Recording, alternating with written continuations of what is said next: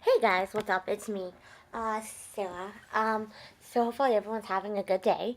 But I just wanted to make a video, updating everybody on what is going on with Pastor Saeed, Abedini, and why I'm basically getting involved and basically what's been going on. I tried to make another one. It was too long. It's very hard to get a lot of stuff into a short video. Uh, I guess I can go 15 minutes for YouTube, 20 for Facebook. So we'll try for the 15 for YouTube. So basically, um, this has been going on for a while. They've had Save Saeed stuff up before. It was never this critical when he was in Evan prison, but now that he's been transferred to Rajashar, it's been a lot critical, a lot more critical. And I'm sorry, I'm talking fast. I have a lot to say. So it's just been a lot more critical, and so basically I never really got involved until this point because I just figured it wasn't that bad, and Obama's that a couple weeks ago was speaking on his release, and so things weren't too bad, and I just figured other people were getting involved, but I've been talking to one of my friends, and I've slowly been realizing that one person can make a difference because I have done it and I have seen it in my own life. And our pastor's always talking about the church being the church and standing up for what we believe in, and I feel like as the church, the global church, not Life Church, as the church, that this is a way to stand with other believers in what we actually believe in. Instead of just talking the talk, we can walk the walk and, oh, I'm a Christian, but being like everyone else. So for Christians, we should really be standing up for what we believe in and acting. And so being a voice, so that people can hear the church, so that the church is a voice instead of just this existent body that's there. And basically, like along the lines of what Pastor Joey says, stuff like that. So basically, I have decided that it is critical. It is time to act. It is time for Christians and the church to be the voice, make your voice heard. Let Iran know that we can't just disappear this guy. This is not acceptable. This guy needs to go home to his family. He has a wife named Nagmeg, and they have two toddlers named Jacob and Rebecca. And he's been in prison for over a year. This last time he went to Iran, he was working on Muslim orphanages that were Muslim. They were going to be for Muslim children. He knew that Christ wasn't going to be reached at all. He knew they were Muslim orphanages, but he was just trying to help his community and make things better for the kids there. And he had gotten arrested last year ago, July of 12. And then he had actually was on house arrest, and he went to Evan prison September of 12, and now has been moved to Rosh which is basically where criminals are put. He's in Ward 9 with the murderers in a 10 by 10 cell with 5 other people that have nothing to lose. They're on death row. They don't care about killing you because what do they have to lose? They're gonna die anyway, so who gives? So basically, it has gotten a lot more serious. It has gotten a lot more urgent. This is a place where I'm told from different updates that I've gotten that you go to disappear. When they want you dead, but they don't want to do it because of political ramifications, they send you there and blame it on the prisoners. You don't come out of there. You're basically considered no longer human. You are put away from the spotlight. You don't get any more national media, and so that's why it's very important for people in the U.S. to cover this because, like in there, he's not getting coverage, so basically, it's a lot more serious, and in they're supposed to be able to see their family every other week. However, the family went to Evan prison, was told he was moved because the dad lives in Iran. So the dad went to about an hour and a half to Rosh Hashanah prison.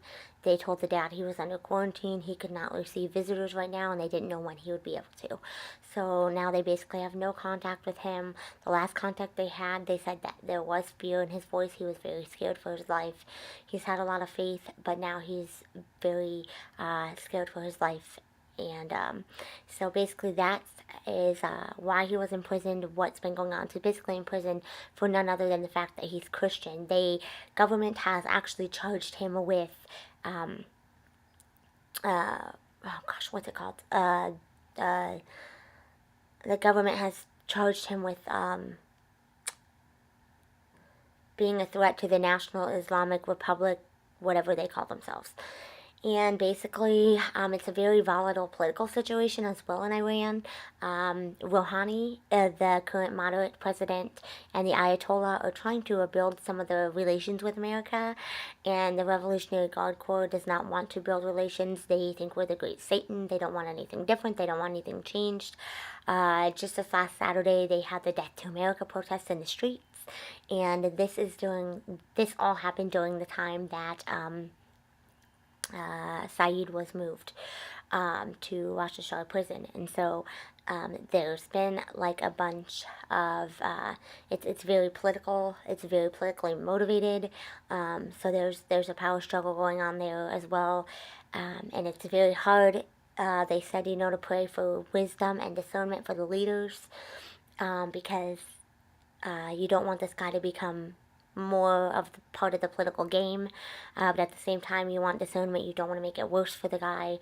So things like that. They said other things we can pray for is the family, give them peace and comfort, that God would ultimately be glorified, that God would protect him, and also that that people would come to know Christ. Nagmeg did suggest prayer and fasting. I say whatever you're convicted to do, I'm praying. Whatever you're convicted to do, and definitely signing the petition. They need over 100,000 signatures to try to get any action. There's bipartisan bills in the Senate that they're trying to pass. They have Democratic and Republican supports. Obama did engage a couple weeks ago to release this man, and then now they have moved him to this deadly prison.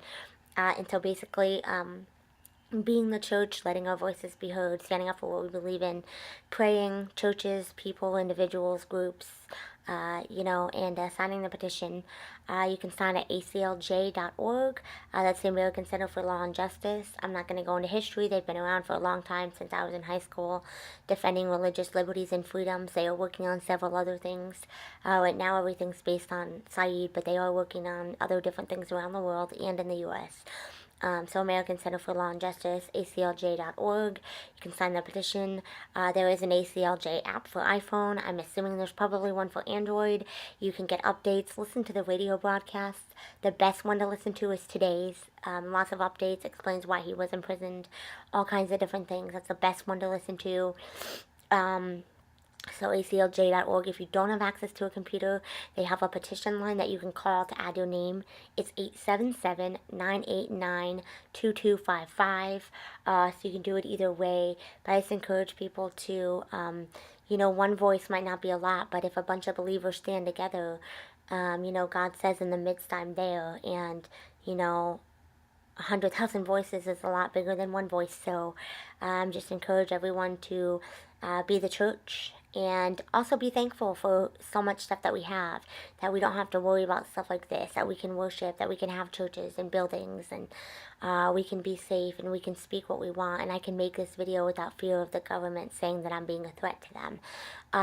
Just so much different things. We have so much to be thankful for. Even those of us that are having other problems, health problems, government problems, whatever problems you're having, money problems, financial problems, marital problems, whatever.